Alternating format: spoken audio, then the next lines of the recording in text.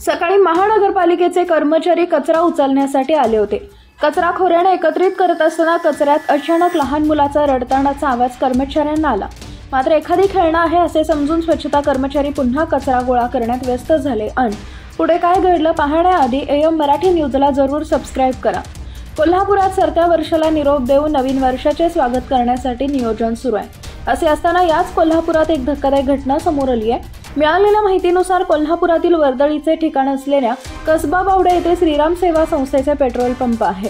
याच पेट्रोल पंपाच्या समोर उघड्यावर कचरा कोंडाळ असून परिसरातील नागरिक इथे कचरा टाकतात। यामुळे आज सकाळी 8:30च्या सुमारास कोल्हापूर महानगरपालिकेचे स्वच्छता कर्मचारी कचरा उचलण्यासाठी इथे आले होते। उघड्या कोंडाळ्यातील पडलेला कचरा खोऱ्याने एकत्रित करत असताना कचऱ्यात लहान मुलाचा रडतानाचा आवाज कर्मचाऱ्यांना आला।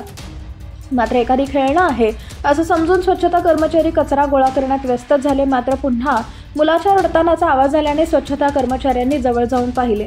यावेळी कचऱ्यामध्ये एका कापडात गुंडाळून एका दिवसाचं स्त्री जातीचं अर्भक टाकल्याचं निदर्शनास आले। यानंतर स्वच्छता कर्मचाऱ्यांनी त्वरित याची माहिती आरोग्य निरीक्षकांना दिली। तसेच या अर्भकाला दुसऱ्या स्वच्छ कापडामध्ये घेऊन तात्काळ सेवा रुग्णालयात पुढील उपचारासाठी दाखल केले। हा अर्भक रात्रीच्या सुमारास अंधाराचा फायदा घेत कुणीतरी टाकला असावा असा अंदाज सध्या लावण्यात येत असून याबाबत शाहूपुरी पोलीस ठाण्यात नोंद करण्यात आली असून पोलिसांनी तात्काळ पुढील तपास सुरू केला आहे।